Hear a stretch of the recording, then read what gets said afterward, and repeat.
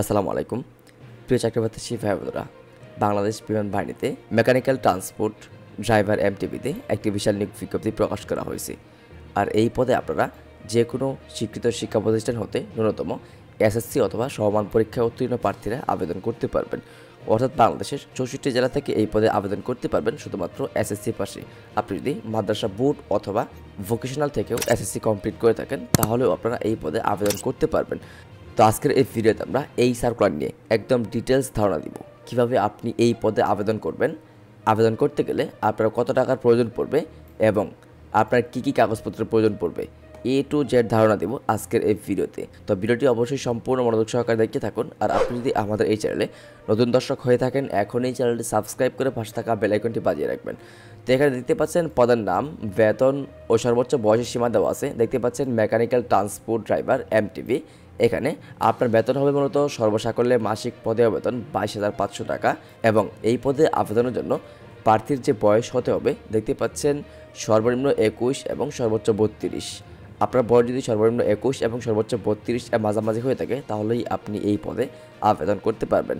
বয়সের ক্ষেত্রে প্রার্থীর শিক্ষাগত যোগ্যতার সনদ অথবা জাতীয় পরিচয়পত্র অথবা জন্ম নিবন্ধন সনদপত্রে উল্লেখযোগ্য হবে। এক্ষেত্রে কিন্তু আপনার কোনো এফিডেভিট গ্রহণযোগ্য হবে না। আর এই পাশে দেখতে পাচ্ছেন শিক্ষাগত যোগ্যতা ও অন্যান্য যোগ্যতা দেওয়া আছে। শিক্ষাগত যোগ্যতা চাওয়া হয়েছে এসএসসি ও সমমান পরীক্ষায় উত্তীর্ণ প্রার্থীরা এই পদে আবেদন করতে পারবেন।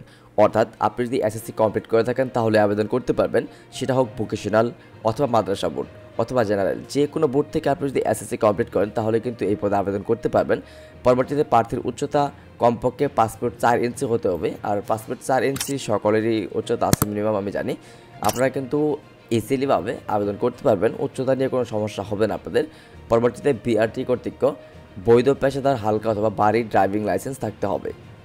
বাড়ি ড্রাইভিং লাইসেন্সের অগ্রাধিকার দেওয়া হবে। আপনার ড্রাইভিং লাইসেন্স যদি ভারী হয়ে থাকে তাহলে কিন্তু আপনি এই পদে আবেদন করলে অগ্রাধিকার পাবেন।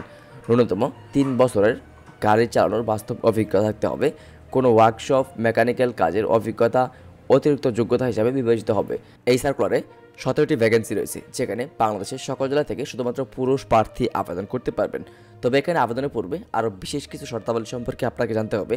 দেখতে পাচ্ছেন এখানে বিশেষ কিছু শর্তাবলী দেওয়া আছে। দেখতে পাচ্ছেন আগ্রহী প্রার্থীদের দরখাস্ত সহজে পূরণ করে ডাক যোগাযোগে 13 এপ্রিল 2025 তারিখ 14:30 ঘটিকার মধ্যে অধিনায়ক বিমান বাহিনী রেকর্ড অফিস, টার্মিনাল ভবন, পুরাতন বিমানবন্দর, তেজগাঁও, ঢাকা 1215 এই ঠিকানায় পৌঁছাতে হবে। হাতে হাতে আবেদনপত্র জমা গ্রহণযোগ্য নয়, অর্থাৎ আপনাকে আপনার আবেদন নিজ হাতে পূরণ করতে হবে এবং আবেদনপত্র এপ্রিল মাসের 13 তারিখ দুপুর 2:30 ঘটিকার মধ্যে পুরাতন বিমানবন্দর, তেজগাঁও, ঢাকা 1215 এই ঠিকানায় ডাক যোগাযোগের মাধ্যমে সাবমিট করতে হবে। মনে রাখবেন 13 এপ্রিল 2025 দুপুর 2:30 ঘটিকার মধ্যে আপনাকে আপনার আবেদনপত্র এই স্থানে মূলত পৌঁছাতে হবে। তার জন্য আপনাকে যে কাজটি করতে হবে, 2 থেকে 3 দিন আগেই আপনাকে আপনার আবেদনপত্র ডাক যোগাযোগের মাধ্যমে সাবমিট করতে হবে, তাহলে সময় মতো আপনার আবেদনটা পৌঁছাবে। তো এখানে মূলত আপনাকে আপনার আবেদনপত্রের সঙ্গে যে সকল কাগজপত্র অ্যাড করতে হবে তা দেখতে পাচ্ছেন। প্রার্থীকে আবেদনপত্রের সাথে বিমান বাহিনী কেন্দ্রীয় বেসরকারি তহবিলে অনুকূলে 200 টাকা ব্যাংক ড্রাফট বা পে অর্ডার সংযুক্ত করতে হবে।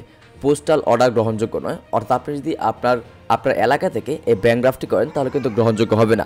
তো কোথা থেকে করতে হবে দেখতে পাচ্ছেন। পে অর্ডার অবশ্যই ঢাকাস্থ মহাখালী, ফার্মগেট, কারণ বাজার, ঢাকা ক্যান্টনমেন্ট এলাকায় অগ্রণী ব্যাংক, সোনালী ব্যাংক, জনতা ব্যাংকের পরিশোধযোগ্য হবে।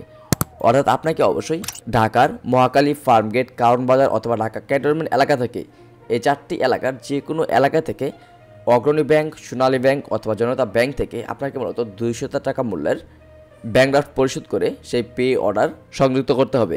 এখানে কিন্তু একদম স্পষ্টভাবে বলে দেওয়া হয়েছে পে অর্ডার ব্যতীত আবেদনপত্র সরাসরি বাতিল বলে গণ্য হবে। আপনি যদি পে অর্ডার ব্যতীত আবেদনপত্র সাবমিট করেন তাহলে আপনার আবেদনপত্র বাতিল বলে গণ্য হবে।